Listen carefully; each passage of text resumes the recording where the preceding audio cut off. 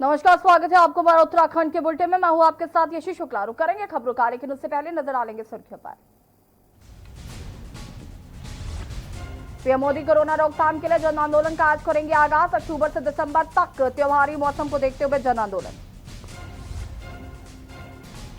Uttarakhand CM Trivendra Singh Rawat ने अधिकारियों को दिए निश्चित निर्देश, कोरोना काल में फिजूल खर्ची से बचे। उत्तराखंड हाईकोर्ट में सुनवाई, क्वारंटीन सेंटरों के मामले में सरकार से जवाब तलब, 12 तक रिपोर्ट पेश करने के निर्देश। बाबा केदार के भक्तों के लिए अच्छी खबर, अब मंदिर के सभा मंडप में होंगे बाबा केदार के दर्शन। कई महीनों से बाबा केदार के दरबार में था सन्नाटा। कोरोना संकट के बाद पटरी पर लौट रही जिंदगी, 7 माह बाद सामान्य हो रहा कारोबार।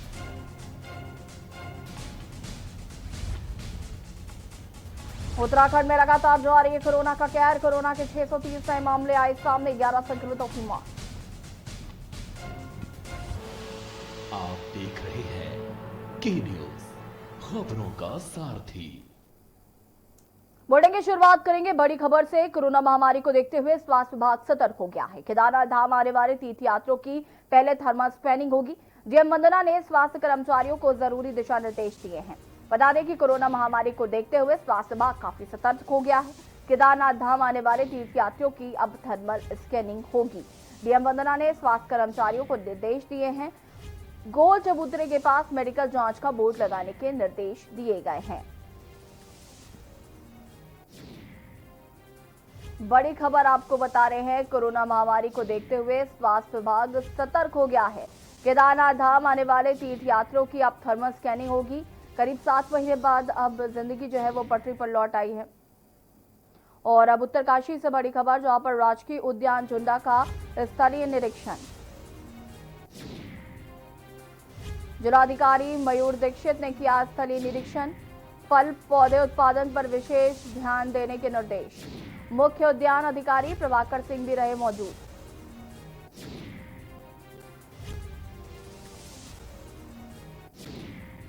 बड़ी खबर उत्तरकाशी से, राजकीय उद्यान डुंडा का स्थलीय निरीक्षण। उत्तराखंड में कोरोना संकट काल के करीब 7 महीने बाद भी अब जिंदगी पटरी पर लौटती नजर आ रही है, जिसके चलते अब जहां राज्य सरकार की ओर से उत्तराखंड में आने वाले पर्यटकों को राहत दी गई, तो वहीं करीब 7 महीने पहले जैसी सामान्य स्थिति अब उत्तराखंड में होती नजर आ रही है। और यही वजह है कि अब लगातार उत्तराखंड के तमाम पर्यटक स्थलों पर जाम जैसी स्थिति देखने को मिल रही है।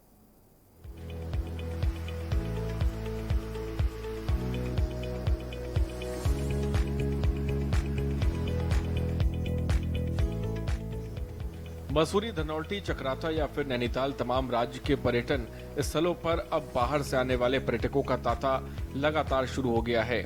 कोरोना के दौरान अब बाहर से आने वाले पर्यटकों के कारण खुशी की बात है, तो वहीं कोरोना काल भी अभी पूरी तरह से अभी राज्य से अलविदा नहीं हुआ है। इसके चलते पुलिस अफसरों को भी आने वाले पर्यटकों से दो चार होना पड़ रहा है, लेकिन पुलिस ने अपना कोई प्लान तैयार नहीं किया है।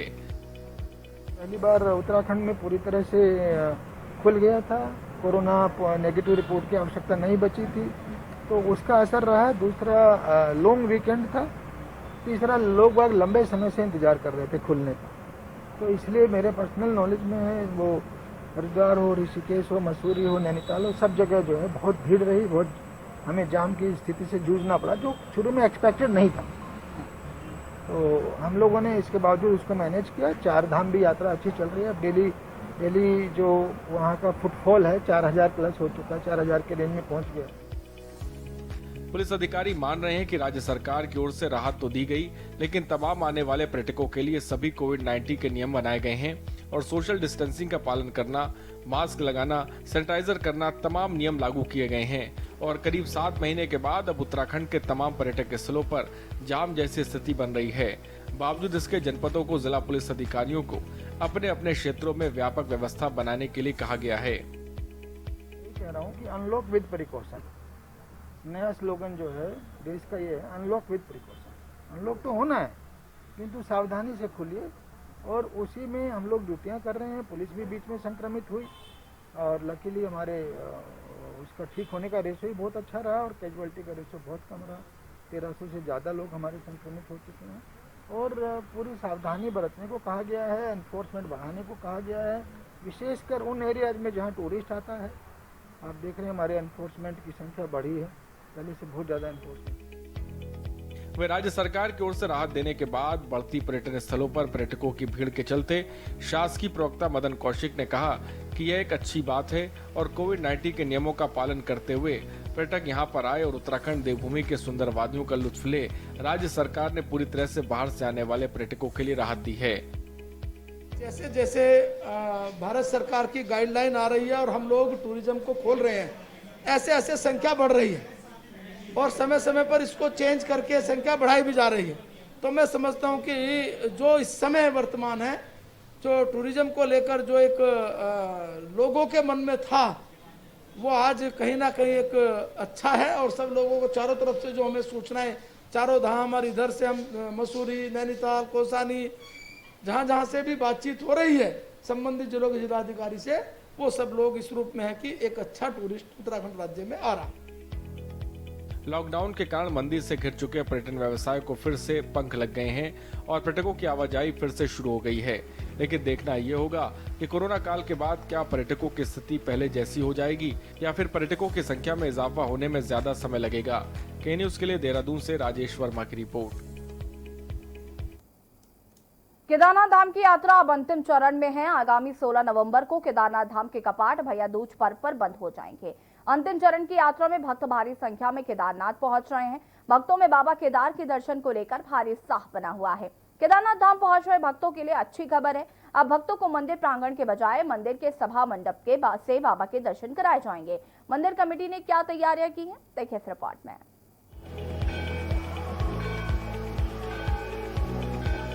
कोरोना वायरस का केदारनाथ यात्रा पर बुरा असर पड़ा है।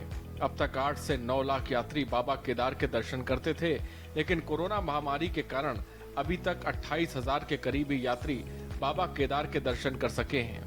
अनलॉक 5 में कोविड-19 टेस्ट की अनिवार्यता समाप्त होने के बाद देश के विभिन्न हिस्सों से भारी संख्या में तीर्थयात्री बाबा केदार के दर्शनों के लिए पहुंच रहे हैं। पहले भक्तों को मंदिर के बाहर से ही दर्शन कराए जा रहे थे, लेकिन स्थानीय तीर्थ पुरोहितों और देव स्थानम बोर्ड से वार्ता करने के बाद अब भक्तों को मंदिर के सभी मंडप से गर्भगृह के दर्शन कराए जा रहे हैं। हालांकि अभी भी मंदिर के गर्भगृह में जाने की मनाही है। खिलवाड़ा से और मैं कल रात्रि को यहाँ पे आया था, तो यहाँ पे भोलेनाथ के हमने दर्शन किए। आरती में हमने यहाँ पे आए तो बहुत ही अच्छा हमें यहाँ लगा। रास्ता पूरा पैदल मार्ग था, लेकिन रास्ते में ऐसी कोई भी हमें दिक्कत नहीं आई, जिसे हम कह सकते हैं प्रशासन का पूरा सहयोग हमें यहाँ पे मिला और रहने की व्यवस्था, खाने की व्यवस्था बहुत अच्छी थी और हम सबका धन्यवाद करना चाहते हैं। जय महाकाल, जय भोलेनाथ। हम दिल्ली से आए हैं, 4 बंदे आए हैं और यहाँ पे कल शाम को हमने चढ़ाई की है। कल सुबह चले थे, हमको 7 साढ़े 7 घंटे में पहुँच गए हम यहाँ पे। रात को पूजा में हम शरीक हुए थे और उसके बाद यहाँ पे रात को रुके। अभी सुबह फिर यहाँ पे समित हुए मंदिर में और अभी यहाँ के लोग बहुत अच्छे लगे हमको। जो यहाँ से जो कॉर्पोरेशन मिला ना लोगों से, बहुत अच्छा मिला। बहुत अच्छे लोग थे, मीठे बोलते हैं। भक्त मंदिर के बाहर दर्शन करके भी खुश हैं। भक्त 18 किलोमीटर की कठिन पैदल यात्रा करके बाबा के दर्शन के लिए पहुंच रहे हैं। कई भक्त ऐसे भी हैं जो हर साल बाबा के दर्शनों के लिए आते हैं। भक्तों का कहना है कि वह यात्रा खुलने का इंतजार कर रहे थे। बाबा के दर्शन करके वह धन्य हो गए हैं। देहरादून से आई हूँ, मैं 4 धाम की यात्रा पे निकली हूँ। जब मैं केदारनाथ पे पहुंची तो मैंने इसके बारे में सुना था कि यहाँ की चढ़ाई बहुत कठिन होती है, परंतु मेरे मन में जो है मेरे भोलेनाथ का बहुत बड़ा विश्वास था। मैं इनकी बहुत बड़ी भक्त हूँ, इसलिए मैंने सोचा चाहे कुछ भी हो जाए मैं उनके धाम तक पहुँच के रहूँगी, चाहे कैसे भी पहुँचूँ। जब मैं घोड़े पर बैठी शुरुआत में मुझे कठिन लगा, पर धीरे धीरे मैं चढ़ती गई, भगवान का नाम लेती गई। जैसे जैसे मैं भगवान का पाठ करती गई, मुझे लगा कि मैं अपने भगवान के पास जा रही हूँ। पुलिस अधीक्षक रुद्रप्रयाग नवनीत सिंह बुलर ने बताया कि अब भक्तों को मंदिर के सभा मंडप से बाबा के दर्शन कराए जा रहे हैं। मंदिर परिसर में मास्क अनिवार्य है। धाम में यात्रियों की संख्या बढ़ाने पर अतिरिक्त पुलिस फोर्स तैनात कर दी गई है। के द्वारा आज वहाँ बातचीत हुई है। उस वार्ता के क्रम में अभी जो मुख्य द्वार है वहाँ से सभा मंडप में जो तीर्थयात्री हैं उनको जाने की अनुमति दी जा रही है। मुख्य द्वार से सभा मंडप में जाते हैं और वहाँ से फिर वो दाहिने वाले गेट से वो बाहर दर्शन करके आ जाते हैं। ये व्यवस्था शुरू कर दी गई है और वहाँ पे 1-1 मीटर की दूरी पर गोले बना दिए गए हैं जिसमें कि तीर्थयात्री खड़े हो रहे हैं और सोशल डिस्टेंसिंग का पालन कराया जा रहा है। कुछ शिकायतें मास्क की आई थी तो वो उसको इंश्योर कराया जा रहा है। भक्तों की लगातार बढ़ रही आवाजाही से केदारनाथ धाम में कई महीनों से पसरा सन्नाटा दूर हो गया है। मंदिर प्रांगण में भक्तों की चहलकदमी होने के बाद बाबा के दरबार की भव्यता अधिक बढ़ गई है। बाबा का धाम इन दिनों जय केदार के उद्घोषों से गूंजायमान है। रुद्रप्रयाग से के न्यूज इंडिया के लिए रोहित डिमरी की रिपोर्ट।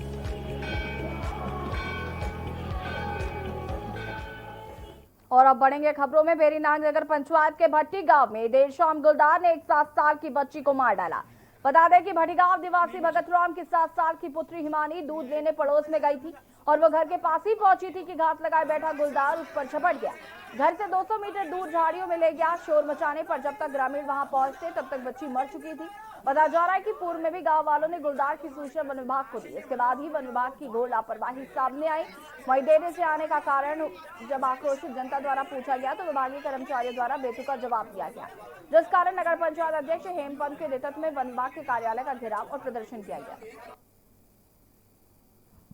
को सूचना देने के बाद जो है मेरी सुनवाई नहीं हो पाई।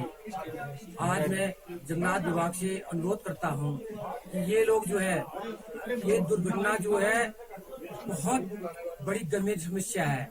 ऐसी दुर्घटना आज अभी आगे को नहीं होनी चाहिए। मैं जंगलात विभाग से उतनी बात फरियाद की, मैंने उम्मीद की कि मेरे वार्ड में जो है पिज्जा लगाए और तथा बाघ को पकड़े।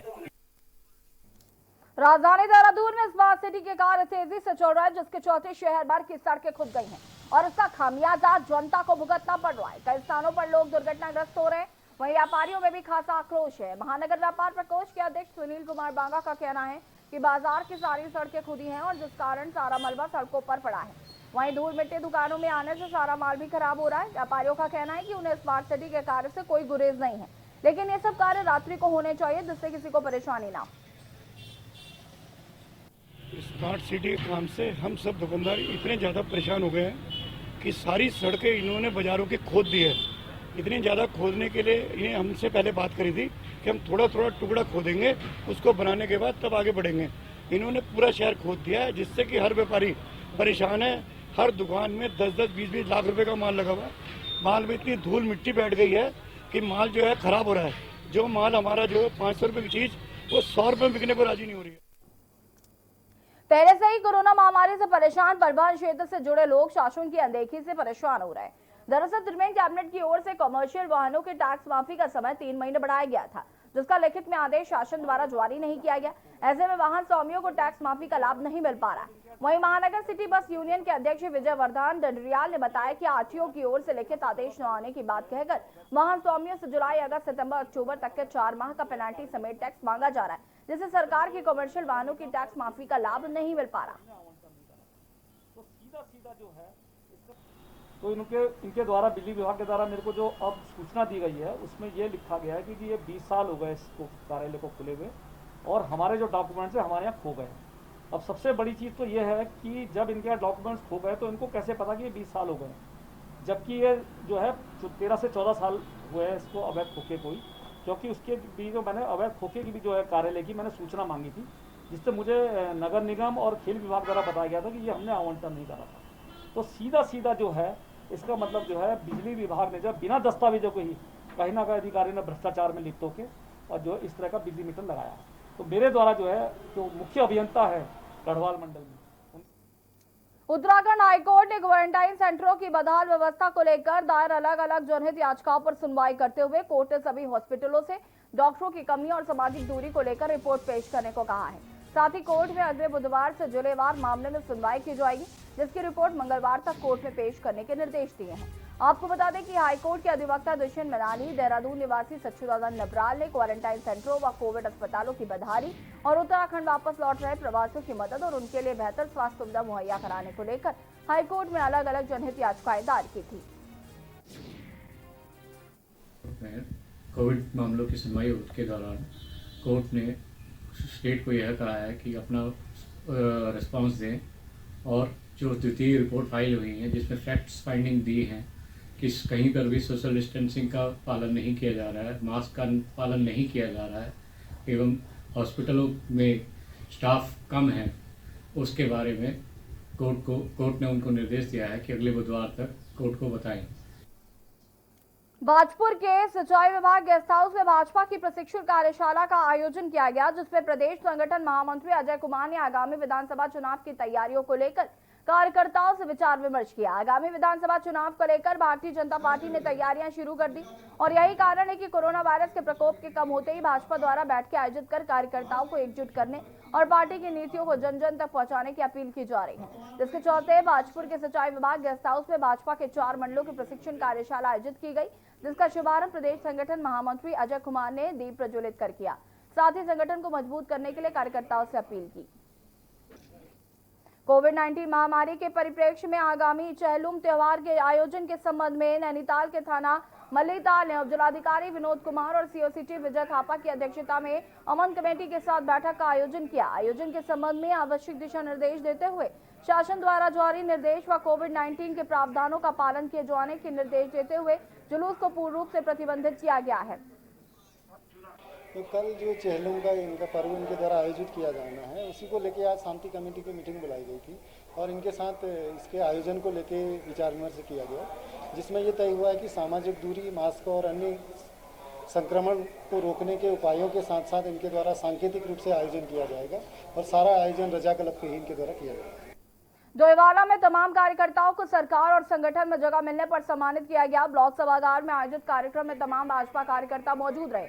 मुख्यमंत्री त्रिवेंद्र सिंह रावत ने नगर पालिका में 4 लोगों को नामित किया, तो वहीं तमाम वरिष्ठ कार्यकर्ताओं को संगठन में जगह देकर उनका कद भी बढ़ाया गया। कार्यक्रम में भाजपा के तमाम पदाधिकारी और कार्यकर्ताओं ने शिरकत की।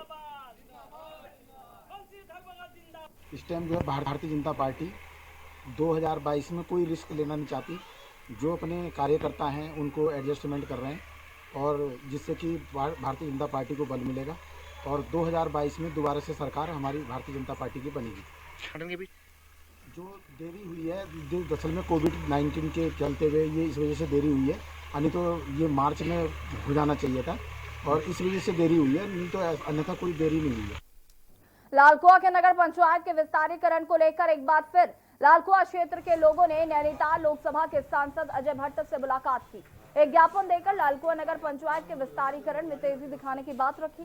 कई समय से लालकुआ क्षेत्र के लोग नगर पंचायत के विस्तारीकरण की मांग को लेकर अपनी आवाज उठाते नजर आए, पर अभी तक किसी भी सरकार ने इनकी बात नहीं सुनी और अब देखना होगा कि सांसद क्या इस बात को लेकर मुख्यमंत्री से बात करेंगे।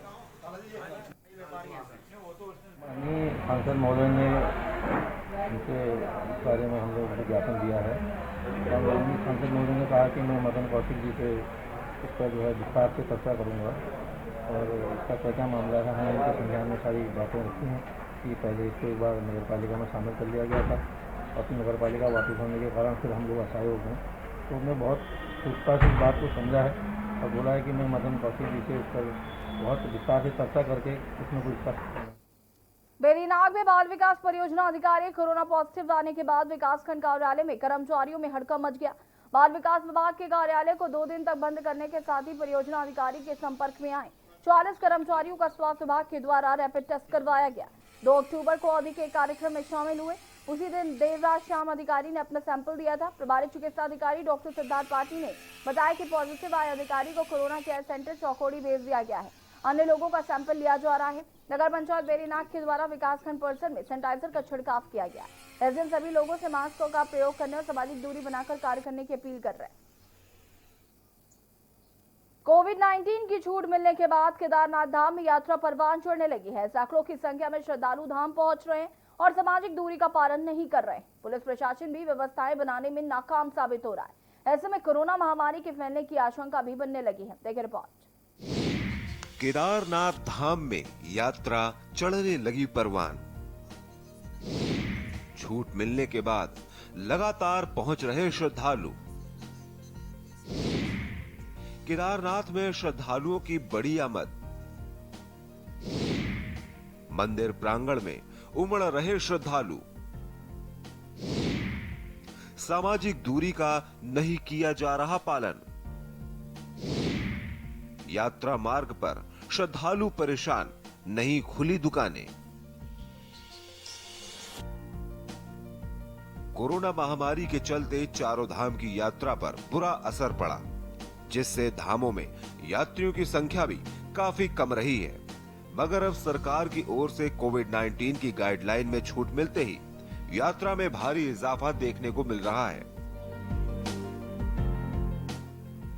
सरकार के 72 घंटे पुरानी कोरोना नेगेटिव रिपोर्ट की बाध्यता समाप्त करने के बाद यात्रा रूटों पर यात्रियों की आमद बढ़ गई है। केदारनाथ धाम में बुकिंग एक सप्ताह तक फुल हो गई है। श्रद्धालुओं की बढ़ती संख्या को देखते हुए देवस्थानम बोर्ड ने धामों में दर्शन का समय दोपहर 12 बजे से बढ़ाकर 3 बजे तक कर दिया है। कोरोना महामारी के चलते लोगों के व्यवसाय पर बुरा असर देखने को मिल रहा था। यात्रा मार्गों पर सन्नाटा छाया रहता था, मगर 2-3 दिनों से यात्रा में भारी इजाफा देखा जा रहा है। हर दिन केदारनाथ यात्रा का आंकड़ा बढ़ता जा रहा है और प्रशासन की जिम्मेदारियां भी ऐसे में बढ़ गई हैं। केदार घाटी के गुप्त काशी, फाटा, सोनप्रयाग, सीतापुर, गौरी कुंड में यात्रियों की चहलकदमी से रौनक लौट आई है। इससे व्यापारियों का व्यवसाय भी पटरी पर लौट आया है, लेकिन सोशल डिस्टेंसिंग का कोई पालन नहीं किया जा रहा है, जिससे तीर्थ पुरोहितों में कोरोना महामारी का भय भी बना हुआ है। केदारनाथ के अध्यक्ष विनोद शुक्ला ने कहा कि शासन प्रशासन ने जो है यात्रा खोल दी है, इसका हम लोग स्वागत कर रहे हैं। लेकिन आप देखिए यहाँ पर जो है कि सोशल डिस्टेंस का कोई वो नहीं है, जिससे कि ये महामारी फैल सकती है। और मैं प्रशासन से आग्रह करता हूँ कि जो भी लोग यात्रा में आ रहे हैं, इसलिए केदारनाथ धाम में भगवान के दर्शन के लिए केदारनाथ में आ रहे हैं, तो सोशल डिस्टेंस का ध्यान रखना पड़ेगा। यदि हम लोगों ने सोशल डिस्टेंस का ध्यान रखा नहीं तो ये महामारी जो है फैल सकती है। रुद्रप्रयाग से के न्यूज के लिए रोहित डेमरी की रिपोर्ट।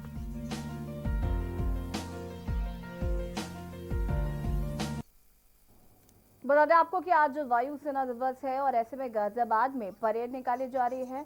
88वां स्थापना दिवस मनाया जा रहा है। आपको सीधी तस्वीरें दिखा रहे हैं गाजियाबाद से, जहां पर आप देख सकते हैं कि परेड हो रही है। हिंडन एयरबेस की ये तस्वीरें हैं जहां पर वायुसेना अपनी प्रतिभा दिखा रही है। 88वां स्थापना दिवस है आज।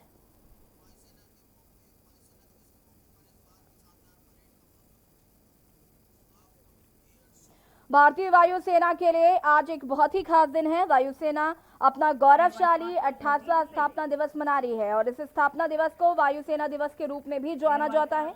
बता दें कि चीन के साथ पिछले 6 महीने से चले आ रहे सीमा विवाद के बीच भारतीय वायुसेना अपना आज स्थापना दिवस मना रही है और इस अवसर पर वायुसेना आसमान में राफेल सहित दूसरे फाइटर जेट से उड़ान भर दुश्मन देश को अपनी ताकत का एहसास कराएंगे।